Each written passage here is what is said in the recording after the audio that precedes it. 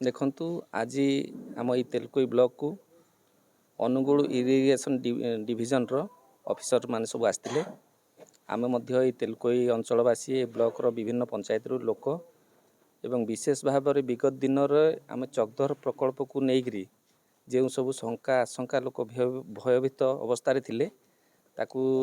आखि आगे रखिकी बहुत लोकंकर समागम होता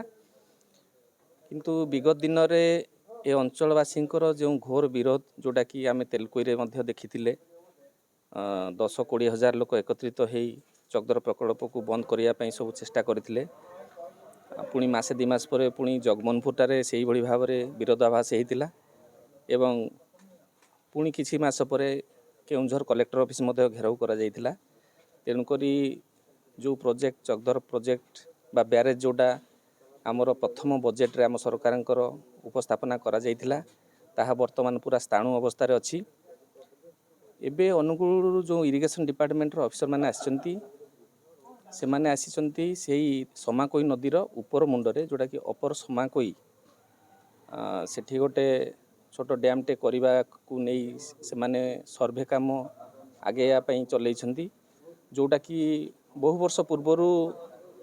ताहा सेटारे हबो बोली सहमति मध्य प्रकाश पाई किंतु किसी जगह विरोधाभास आसूची ना एठी आमे बंध करईदेबुनी एटा करईदेबुनी चकधर पुणी बांधिदेव आज विशेष भाव में आलोचना होता अपर समाकोई उपरे एणुक आगामी दिन में चकधर तो कौन तार विधि व्यवस्था देखा जाऊ नहीं एबे जो आमर द्वितीय बजेट बसला ए वर्ष से ओडिशार कोण अनुकूल बहुत प्रोजेक्ट ब्यारेज डैम सबू उपरे चर्चा आलोचना है बजेट रे अनुदान दिगला किंतु चकधर प्रकल्प टंकाटे भी दि जाए नहीं कि से विषय कथा उठी ना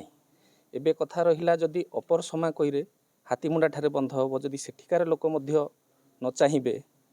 ताहले आग को सेठारे बंध बंधा जाई परिबो नाही